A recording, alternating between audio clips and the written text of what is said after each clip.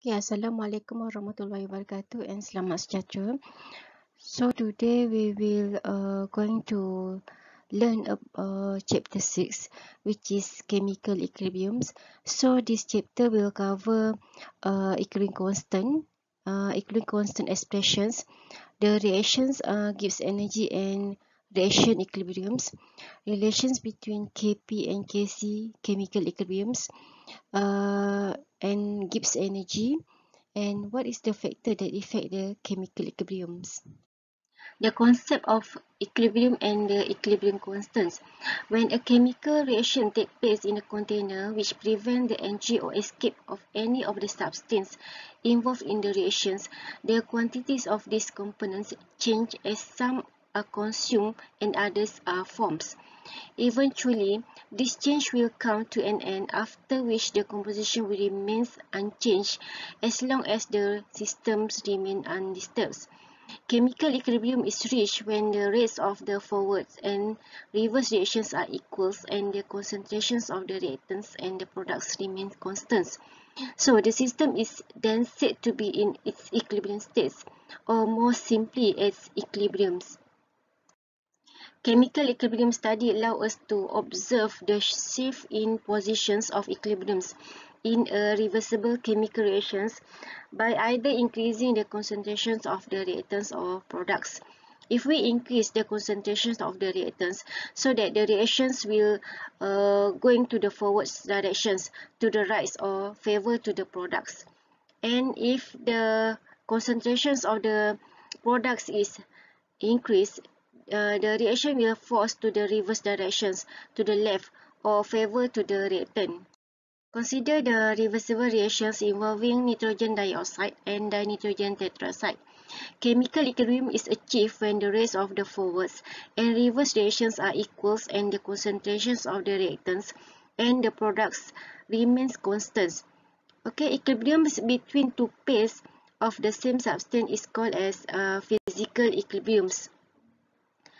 The vaporization of the water in a closed container at a given temperature is an example of physical equilibriums. In this instance, the number of molecules leaving and the number returning to the liquid space are equal. Figure illustrates reversible reactions involving nitrogen dioxide and dinitrogen tetroxide.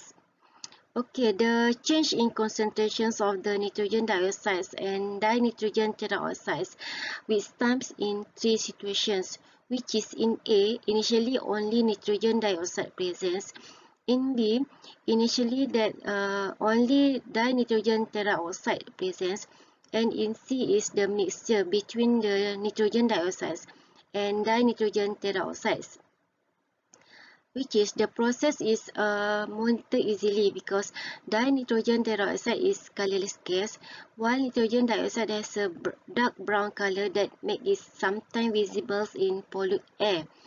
Okay, Kc is equilibrium constant is equal to the concentrations of the products divided by the concentrations of the reactants. We should note that even though that the equilibrium is reached in all cases, the equilibrium concentrations of nitrogen dioxide and the dinitrogen tetroxide are not the same in all cases. Okay, the important things to keep in mind is that the conversions of the dinitrogen tetroxide to nitrogen dioxide and the nitrogen dioxide to dinitrogen tetroxide are still ongoing. We do not see the color change because the rates are equal, which is the removal of nitrogen dioxide molecule take place as fast as the productions of nitrogen dioxide molecules, and dinitrogen tetroxide molecules are formed as quick as their dissociates. The equilibrium constant K allows us to determine whether the reactions favor to products or reactant. For the reactions at equilibriums, consider the reaction between the reactant A and B producing products C and D, which is small a, B, C and D is the stoichiometric coefficients for a reactant species big A, B, C and D. So mathematical expressions of their law of mass actions which hold that for reversible reactions at equilibriums and the constant temperature, A certain ratio of the reactants and the product concentration has a constant value of K. Note that although the concentration may vary, as long as a given reaction is at equilibrium and the temperature does not change, according to Mass law of actions, the value of K remain constant. The equilibrium constant then is defined as quotient, the numerator of which is obtained by multiplying together the equilibrium concentrations of the products is raised to a power equal to its stoichiometric coefficients in the balance equations. Applying the same procedure to equilibrium concentrations of reactants give the denominator. Then the magnitude of the equilibrium constant tells us whether an equilibrium reaction favors the products or reactants. When the value of K is much greater, equilibrium will lie to the right and favor the products. Conversely, when the equilibrium concentration much smaller, then equilibrium will lie to the left and favor the reactants. In this context, any number that's greater than 10 is considered to be much greater than 1, and any number less than 0.1 is much less than 1. The concept of equilibrium constant is extremely important in industry, which is equilibrium constants are key to solving a wide variety of stoichiometric problems involving equilibrium systems. For example, industrial chemists who want to maximize the yield of the sulfuric acid, they must have a clear understanding of the equilibrium constant for all of the steps in the process, starting from the oxidation of the sulfur and ending with the formations of the final products. To apply the equilibrium constant, we must express them in terms of reactants and the products. However, because of the concentrations of the reactant and products can be expressed in different units, and because of the reactant species are not always in the same phase, there may be more than one way to express the equilibrium constant for the same reactions. So, to begin with, we will consider reactions in which the reactants and products are in the same phase. For homogeneous equilibria, which apply to the reactions in which all reactant species are in the same phase, for example, the dissociations of the dinitrogen peroxides, the equilibrium constant Kc is given by the concentration of the products, nitrogen dioxide, divided by the concentration of the reactant, which is dinitrogen peroxides. And the subscript Kc indicates that the concentration of the reactant species are expressed in molarity or mole per liter. Equilibrium concentration Kc shows that the concentration of the reactant species in gas phase are expressed in molarity or mole per liter or in partial pressure. The concentration of the reactant and product in gas reactions can also be expressed in terms of the partial pressure. Consider the ideal gas law, which is the pressure of the gas is directly related to the concentrations in mole per liter of the gas at a constant temperature. So the P partial pressure of the nitrogen dioxide and the partial pressure of dinitrogen tetroxide are equilibrium partial pressure in atm of the nitrogen dioxide and dinitrogen tetroxide. And the subscript Kp tell us that the equilibrium concentration are expressed in terms of the pressure, which is Kp is not equal to Kc, which is Kp is shows the equilibrium concentration in terms of the pressures, and the Kc is to express the concentrations in molarity or mole per liter. Consider the equilibrium in the gas phase between the reactant A and product B, which is small a and b are stoichiometric coefficients. So the equilibrium constant Kc given by the concentrations of the products B divided by the concentration of the reactant A, and also can be expressed in Kp or partial pressure, which is Kp is equal to the partial pressure of the product B divided by the partial pressure of the reactant A. For the ideal gas, we can employ the ideal gas equation PV is equal to nRT. So we can calculate the pressure, which is P is equal to nRT divided by V, which is V is volume of the container in liters. So we can calculate the partial pressure of each gas involved in the reactions. Substitute the relations into the expressions of Kp, so we can get the equilibrium constant in partial pressure. So from Kp, now Na over V is in the unit of mole per liter. So we can replace with the concentration A and B respectively. So Kp is equal to Kc, which is concentration of the product over the concentration of the reactants in mole per liter units, times to RT change in N, which is change in N is the difference between the mole of the products minus to the mole of the gas reactant. In general, Kp is not equal to Kc except in the special case, which is change in N is equal to 0. Okay, change in N is change in the number of mole gas products minus to the change of mole of gas in the reactants. So, for example, the reaction between the 1 mole of hydrogen gas with small mole of bromine producing 2 mole of hydrogen bromide. We can see that 2 mole at the reactant side and 2 mole at the products. So the change in N is equal to 0.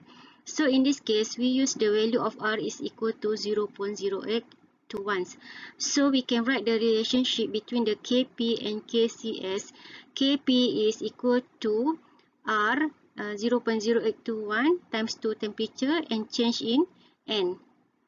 Okay, so we can write the relationship between Kc is equal to Kp when the change in N is equal to 0. Yeah. Okay, for example, write expression for Kc and Kv for the following reversible reactions at equilibriums. So, since that the state here is aqueous and liquid, so we cannot use Kp to express the equilibrium constants, since Kp is for gas only. So Kc, we use here Kc primes to distinguish from the final form of equilibrium constant. So Kc is equal to the concentrations of the products divided by the concentrations of the reactant. Okay. So since HF is weak acid, so the amount of water consumed in acid ionizations is negligible compared with the total amount of water present in solvent. So means that in 1 liter or 1000 gram of water, there is about 1000 over 8.2 gram mole is equal to 55.4 mole of water. This is the large quantity compared to the concentration of other species in the solutions, which is usually 1 molar of or smaller than 1 molar. So we assume that it does not change appreciably during the course of reactions. Okay, write expression Kc and Kp. Okay, for the reversible reactions at equilibriums, first we need to see the state involved in the reactions. Since there is no gas here, so we cannot use Kp, since Kp is for gas and Kc is for concentrations in mole per liter or in molarity unit. So we use Kc prime to distinguish with the final equilibrium constants. So means that Kc prime is equal to concentrations of the product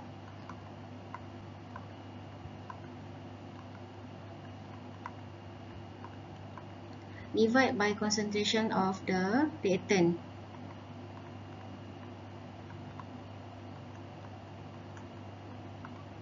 So the final concentration equilibrium constant is equal to Kc CH3COO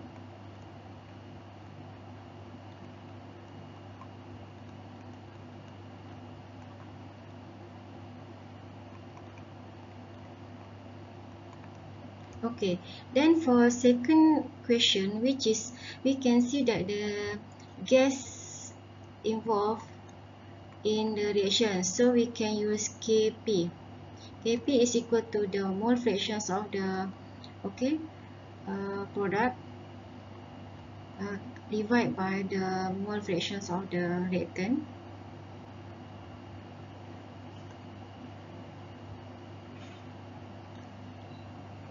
And then for C, it is equal to A, which is Kc prime is equal to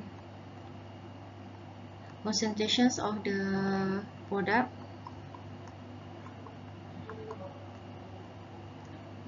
divided by concentrations of the reactant.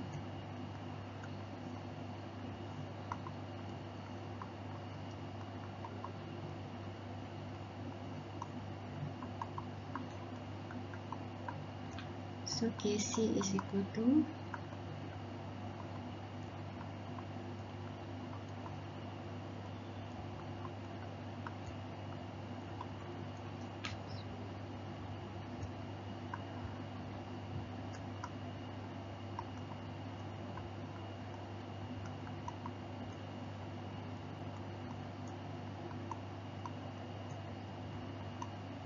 okay.